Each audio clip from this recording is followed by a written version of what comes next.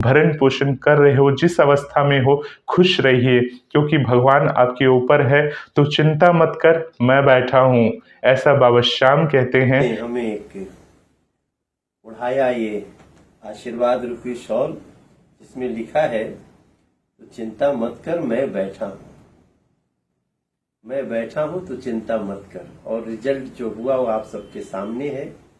महाराज जी को तो धन्यवाद दे ही रहा हूँ। भजन मंत्र शक्ति, एक प्रार्थना भगवान से। आप सभी श्याम भक्तों को जय श्री श्याम।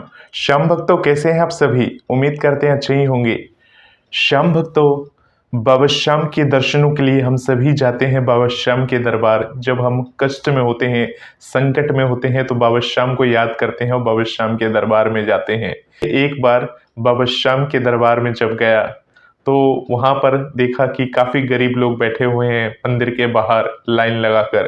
तो जो गरीब लोग बैठे थे मंदिर के बाहर, उनकी आंखों में एक ही उम्मीद नजर आती थी। हर किसी को देखते थे, उनके मन में बस एक ही उम्मीद जगती थी कि शायद ये हमें कुछ देगा, ये हमें कुछ देगा। ऐसे ही उम्मीद के साथ, उम्मीद भरी नजरों के साथ वो देखते रहते थे।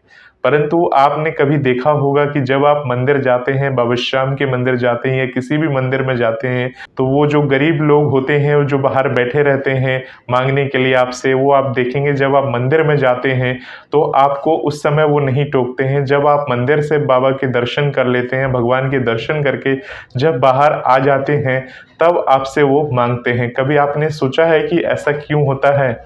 आखिर इसके पीछे क्या रीजन होगा कि जब हम भगवान के दर्शन कर लेते हैं और दर्शन करने के बाद हम जब बाहर आते हैं, तो आप देखेंगे आपके पीछे काफी सारे गरीब लोग पीछे मांगने के लिए आपके पास आएंगे। जो भिक्षा मांगते हैं, भीख मांगकर अपना गुजारा चलाते हैं, वो आपके पीछे पीछे आएंगे, आपसे कुछ ना कुछ मांगेंगे और आप उसको इग्नोर करोगे, क्योंकि एक दो तीन लोगों को तो आप दे भी देंगे, परंतु अब जब आपके समक्ष इतने सारे लोग पीछे पीछे पड़ेंगे तो आप भी अपने आप को बचाने की कोशिश करते रहेंगे कि कितनों को देना है। परंतु बहुत सारे ऐसे लोग होते हैं जो किसी को भी निराश नहीं करते। वो पहले से ही मन बना के आते हैं कि सभी को कुछ ना कुछ देना है।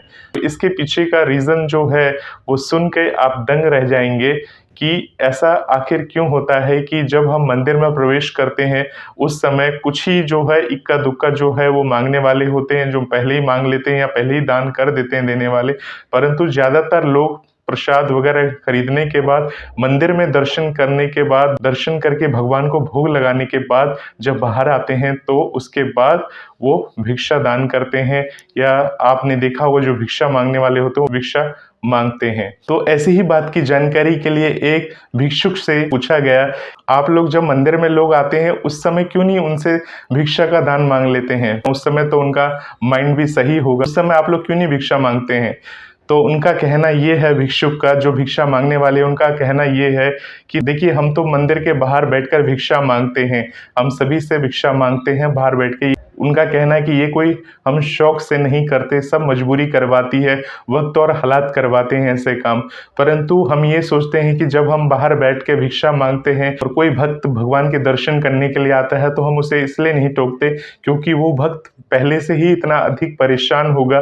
पहले वो भगवान के समक्ष जाएगा, भगवान के समक्ष भगवान से विनती करेगा, प्रार्थना करेगा, अपने कष्टों को भगवान को बताएगा और भगवान को बताने के बाद भगवान से वो भी कुछ ना कुछ मांगेगा।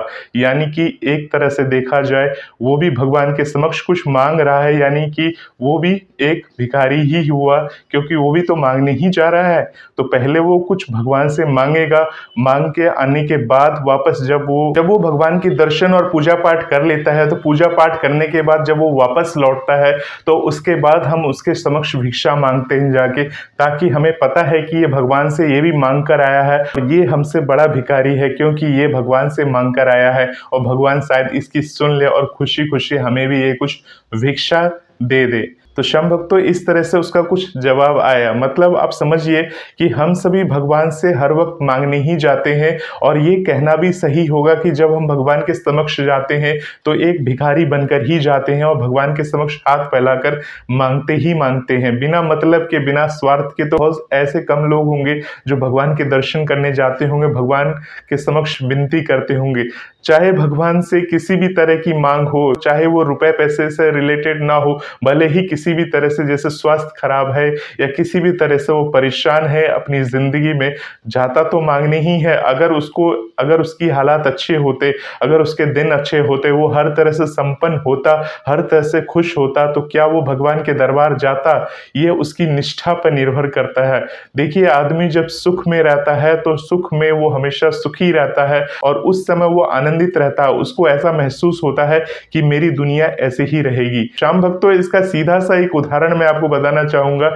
जब हम सभी अपने माँ बाप के राज में होते हैं, यानी कि हमारे ऊपर अपने माँ बाप की जब साया होता है, उनका हाथ होता है, यानी कि हम जब पढ़ने लिखने की अवस्था में होते हैं, जब हम पढ़ लिख रहे होते हैं, तो हमारे माँ बाप हमारा सारा खर्चा उठाते हैं, हमें स्कूल भेजते हैं, हमें कॉलेज भेजते हैं और हमारी सारी जिम्मेदारी लेकर हमारा सारा निर्वाह करते हैं। इसके कारण से हम बेफिक्र रहते हैं। हमारा काम क्या होता है, हम स्कूल जाते हैं, स्कूल में जाते हैं, पढ़ते हैं, पढ़ने के बाद वापस घर में आ जाते हैं, जो हमें होमवर्क मिला होता है वो होमवर्क कंप्लीट करते हैं और उसके बाद टीवी देखते हैं, दोस्तों के साथ खेलने चले जाते हैं। और इस तरह से हमारा जो जीवन है, जो किशोर अवस्था का जो जीवन है, इस तरह से हमारा व्यतीत हो जाता है।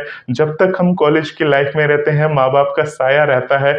अगर हमारे माँ बाप सामर्थ्य हैं और उनकी इतनी क्षमता है कि वो हमारी देखभाल और परवरिश अच्छी से कर ले, तो हम कोई काम धाम नहीं करते और उनके राज में हमें ऐसा लगता है कि हमारी दुनिया तो ऐसे ही रहेगी।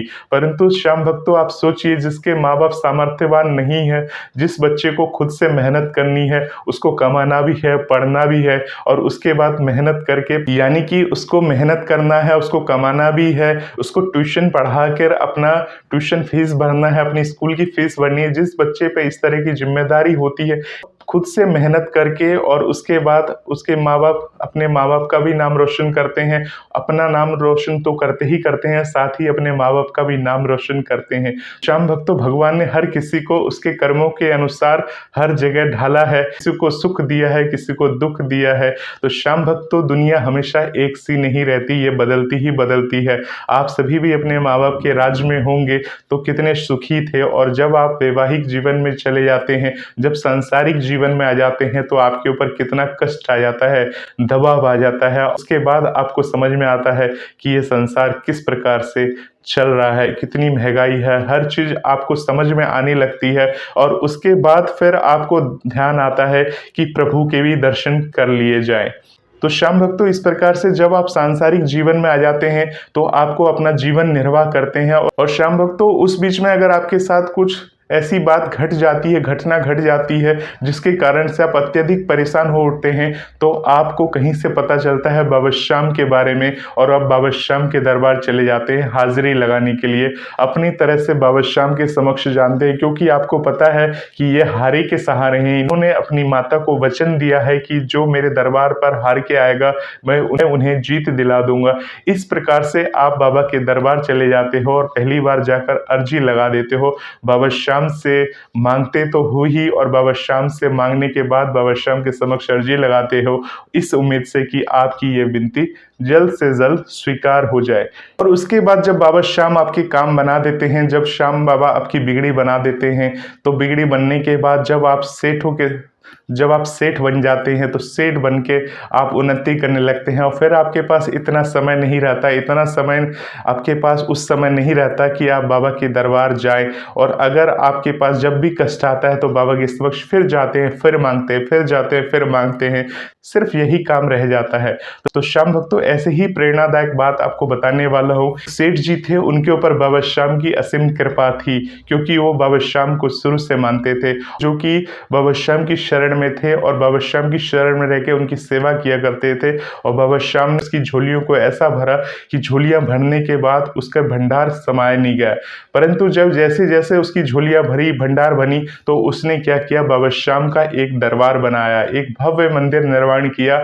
और उसने कहा कि यहीं पर बाबा श्याम का मंदिर निर्माण करके बाबा श्याम की पूजा अर्चना करूंगा, खाटू धाम जाना नहीं होगा, और यहीं पर बाबा को बुलाकर बाबा की हर रोज सेवा किया करूंगा। इस उद्देश्य उद्देश्य से उसने एक बहुत बड़ा मंदिर बनवा लिया और मंदिर बनवाने के बाद उसमें सभी देवी देवताओं का उसने स्थापना की और उसके बाद पूरे विधि विधान के साथ उसने वहाँ पे एक पुजारी जी रखा जो कि मंदिर में नित्य पूजा वगैरह करते थे। परंतु उस सेठ के पास इतना समय नहीं होता था, उस व्यक्ति के पास इतना समय नहीं होता था कि वो मंदिर में आकर बाबा श्याम की पूजा अर्चना कर सके।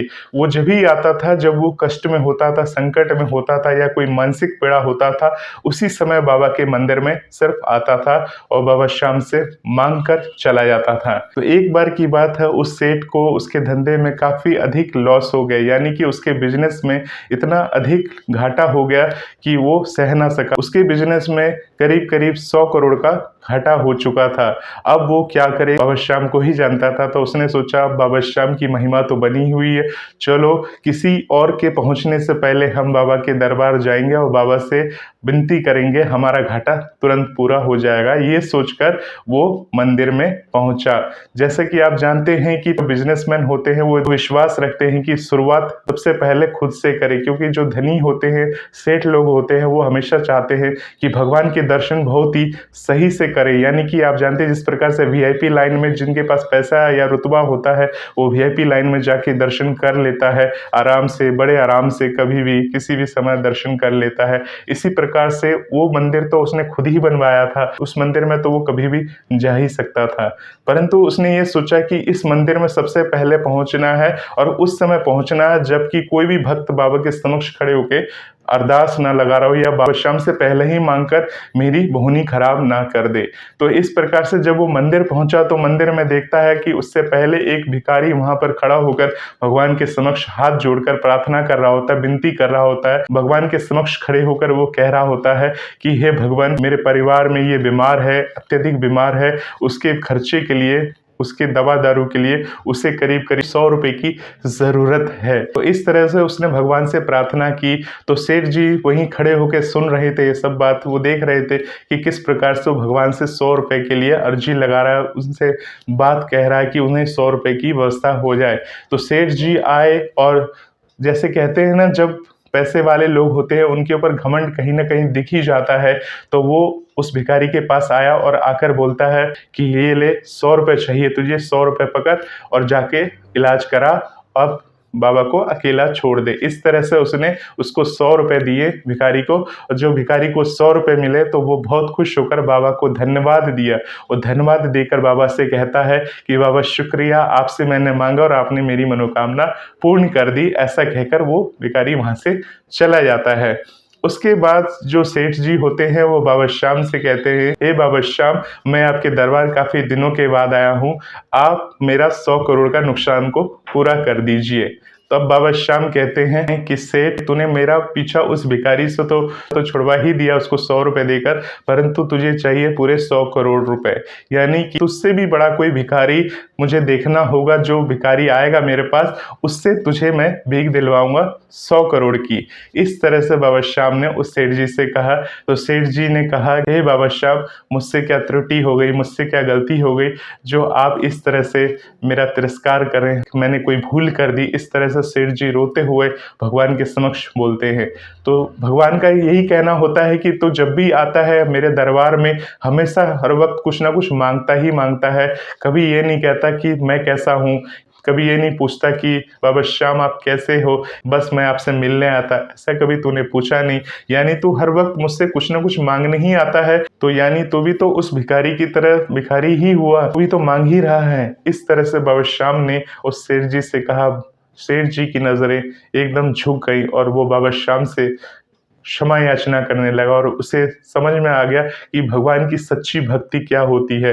देखिए श्याम भक्तों, ये दौलत वगैरह जो है यहीं रह जाती है धरती पर। ऐसा नहीं है कि दौलत नहीं होना चाहिए, दौलत होना चाहिए, परंतु हमें जमीन से जुड़ा हुआ रहना चाहिए। ऐसा नहीं है कि दौलत आ जाने से आप किसी को भी टेढ़ी नज़रों से देखेंगे।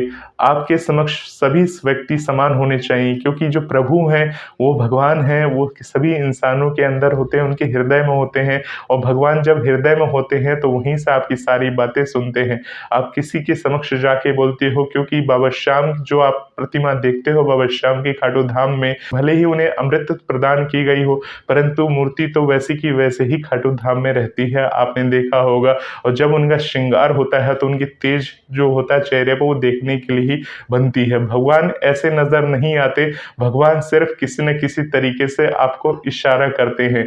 यानी कि जब भी आप बाबा के दरबार में जाओ और चाहते हो कि बाबा का माता पिता की तरह आपके ऊपर आशीर्वाद रहे और आप इसी तरह से इस संसार में हंसी खुशी जीते जाओ सही तरीके से और बाबा श्याम की भक्ति करते जाओ, तो बाबा श्याम के दरबार में जाकर बाबा श्याम से सिर्फ यही पूछना है कि हे बाबा श्याम, आप कैसे हो? बाबा श्याम, मेरा मन कर रहा था, मैं तो आपसे मिलने ही आ गया था। हाँ, ये ज़रूरी है आपको सुनना, क्योंकि इस बात को मैं बार बार आपको याद दिलाऊंगा कि बाबा श्याम के समक्ष हम सब भिखारी हैं। बाबा श्याम हमारी सारी बातों को जानते हैं, हमारी सारी अवस्थाओं को जानते हैं कि हमारे साथ क्या क्या प्रॉब्लम है। इसके लिए आपको किसी भी प्रकार की चिंता करने की आवश्यकता नहीं है श्याम भक्तों। तो मेरे बाबा श्याम की महिमा को समझिए।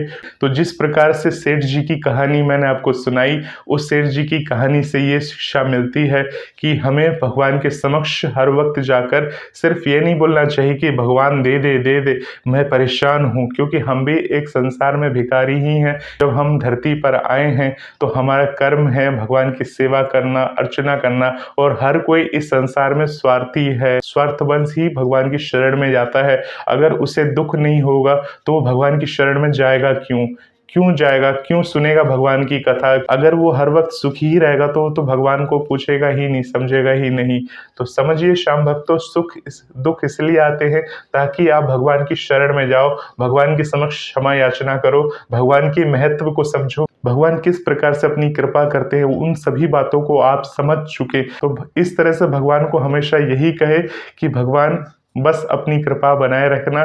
श्याम भक्तों, ऐसी बात नहीं कि आपको भगवान से मांगना नहीं है, मांगना है, परंतु कहते हैं ना, जो बार बार मांगने के लिए ही जाते हैं उनके लिए ये वीडियो है। तो भगवान को धन्यवाद दीजिए कि भगवान ने आपको ये सांसें दी हैं, ये जान दी है, जिसके कारण से आप अपने परिवार का भरण पोषण कर रहे हो। जिस अवस्था में हो खुश रहिए, क्योंकि भगवान आपके ऊपर है। तो चिंता मत कर, मैं बैठा हूँ, ऐसा बाबा श्याम कहते हैं। उनके आगे लिखा रहता है, तो चिंता मत कर, मैं बैठा हूँ। यानी बाबा श्याम बैठे हैं और आपको जीत दिलाना बाबा श्याम की मर्जी है। परंतु जीत कब होगी ये तो सिर्फ बाबा श्याम तय करेंगे। इसका अगर आपने पहले से तय कर लिया कि जीत आपको पहले ही चाहिए, तो फिर बाबा श्याम ही मालिक हैं, बाबा श्याम ही सहारा है। बाबा श्याम की ऐसे ही बातों को सुनने के लिए, बाबा श्याम से जुड़े रहने के लिए इस चैनल के साथ बने रहें, और हर रोज वीडियोस को देखने के लिए इस चैनल को आप सब्सक्राइब कर सकते हैं, आपकी मर्जी है। हालांकि बहुत सारे लोग क्यों नहीं सब्सक्राइब करते ये पता नहीं है, शायद बातें अच्छी नहीं लगती होंगी, परंतु अगर अच्छी लगती हैं सब्सक्राइब कर लीजिए, और ताकि आपके पास वीडियोस की नोटिफिकेशन आ सके। वह श्याम आपकी जिंदगी में चमत्कार जरूर करेंगे। आप सभी श्याम भक्तों को जय श्री श्याम।